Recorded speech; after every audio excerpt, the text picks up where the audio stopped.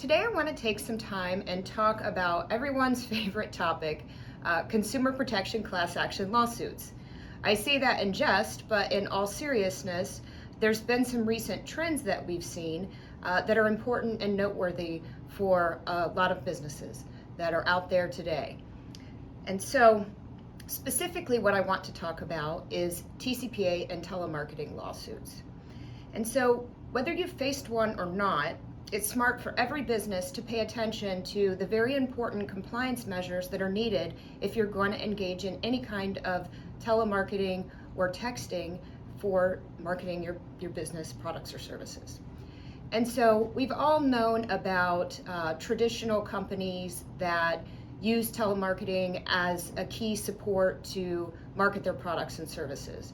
We've all seen the headlines, the very dramatic headlines that are associated with some of the large satellite radio companies, the television companies, and insurance products and services.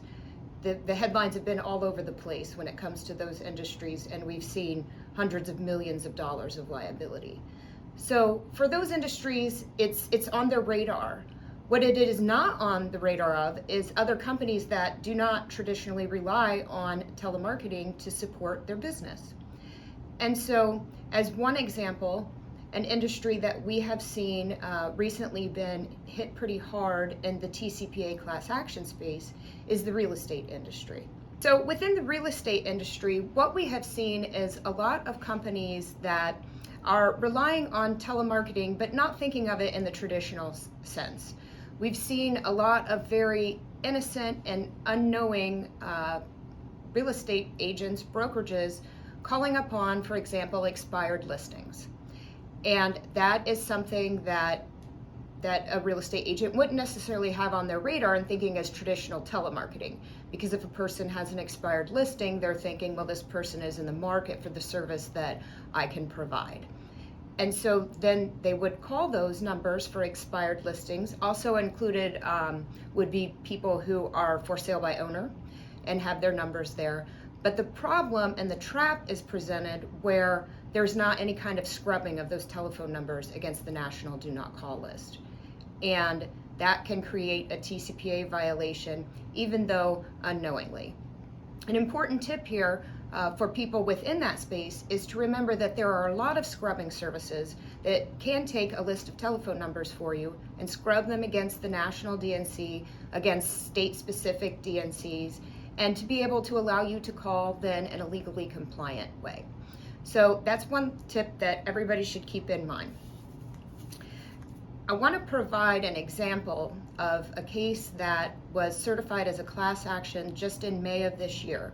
In the Bumpus versus Rheology group case, what we saw was that the Northern District of California certified a very large class in the millions, believed to be, of individual telephone numbers.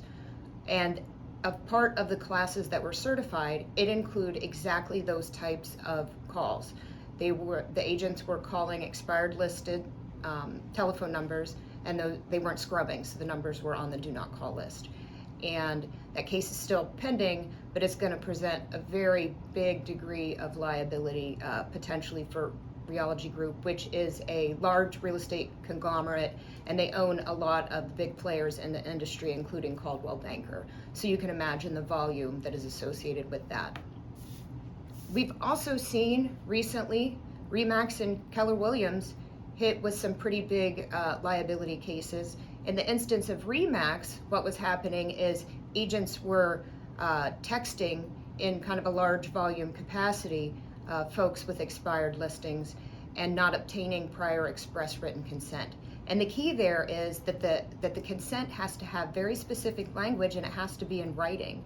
It can't be even just a verbal consent. It has very specific language and the absolute need for it to be in writing.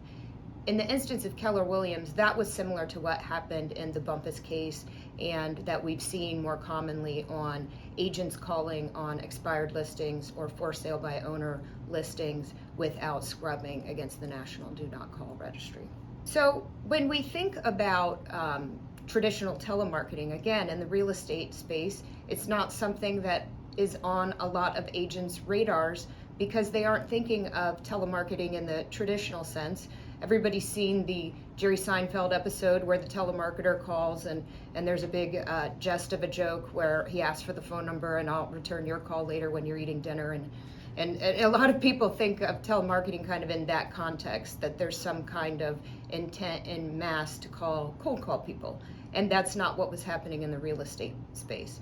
But it still created a big liability issue for those agents who were not looking at their compliance measures.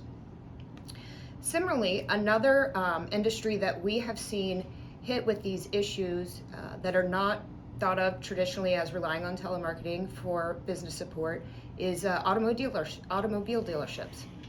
And so similar to real estate, we've seen an increase in TCPA class actions against auto dealers who are doing things such as, commonly what we see is they're using their customer data within their CRM service to send out service appointment reminders by text.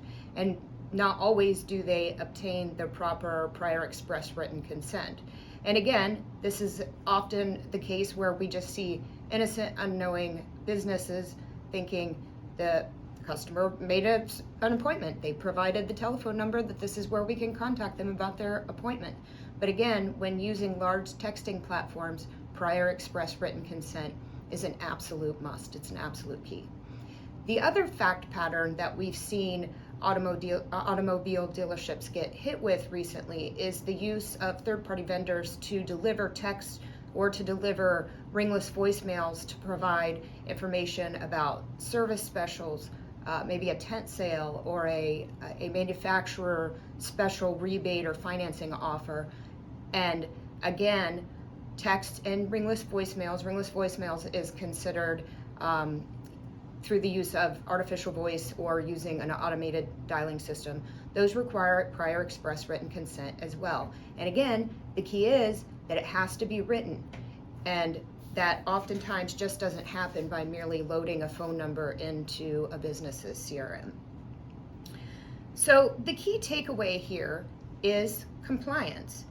And whether your business is within a vertical that traditionally relies on telemarketing to support its business or not, compliance is absolutely key. It is critical. Having defended hundreds of TCPA class actions across a wide variety of industries, I personally can speak to the very high degree of risk and liability and exposure that can import upon these businesses.